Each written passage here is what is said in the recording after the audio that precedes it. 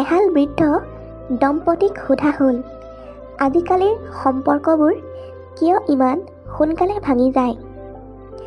আপোনালোকে 50 বছৰ কেনেদৰে একেলগে পাৰ কৰিলে? তেওঁলোকে খুব সুন্দৰকৈ উত্তৰ দিলে যে, আমি সেইটো সময়ৰ মানুহ হয় যেতিয়া কিবা বস্তু এটা ভাঙিলে পুনৰ মেৰামতি কৰি ব্যৱহাৰ কৰা হৈছিল। আজিৰ দৰে ভঙাৰ লগে লগে পেলাই দি পুনৰ নতুনকৈ কিনি অনা হোৱা নাছিল তেতিয়া। জীৱনত কাৰোবাক পোৱাটো ডাঙৰ কথা নহয়। আপুনি যাক পাইছে জীৱনৰ শেষ মুহূৰ্ত পৰ্যন্ত তেওঁক কাষত পোৱাটোহে ডাঙৰ কথা।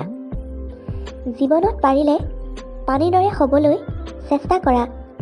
নিজৰ ৰাস্তা নিজেই তৈয়াৰ কৰি ল'ব পাৰিবা। পাথৰৰ দৰে নহ'বা আনক উজুতি খুৱাবলৈ।